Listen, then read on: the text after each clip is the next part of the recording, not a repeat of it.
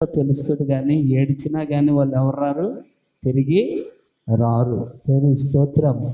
అందుకే తల్లైనా తండ్రైనా ఉన్నంతప్పుడే వారిని మీరు ప్రేమించండి, వారికి ఇప్పుడు మెతుకులు పెట్టండి, వారిని గౌరవించండి. దేవుని స్తోత్రం. హల్లెలూయా. మీరు ఇక్కడ ఉన్నారు, మీ అమ్మని మీ నాన్నని చూడకుండా మీరు ఉంటున్నారు కదా, నువ్వేమి ఎత్తుతావో అదే కోసుకుంటావు. నీ పిల్లలను కూడా నీకు అలాగే చేస్తారు. ఇది మాత్రం మర్చిపోవద్దు. ఏదో నువ్వు గొప్ప తల్లి అయిపోదావు, తండ్రి అయిపోదావు, నీ తల్లిని నీ తండ్రిని గౌరవించలేని దానివి నువ్వు తల్లి అవ్వలేవు, నువ్వు గొప్ప తండ్రి అవ్వలేవు. ఈ విషయాన్ని జ్ఞాపకం చేసుకోండి. దేవుని స్తోత్రం.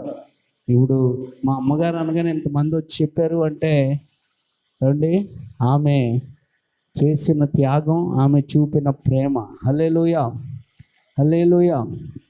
24వ తారీఖు 11వ నెల 2020 మా అమ్మగారు ప్రాణము విడిచిపెడతారనగా మేము హాస్పిటల్లో ఉన్నప్పుడు నాకు అమ్మన గురించి ఆలోచిస్తున్నప్పుడు ఈ మాటలు గుర్తొచ్చాయి.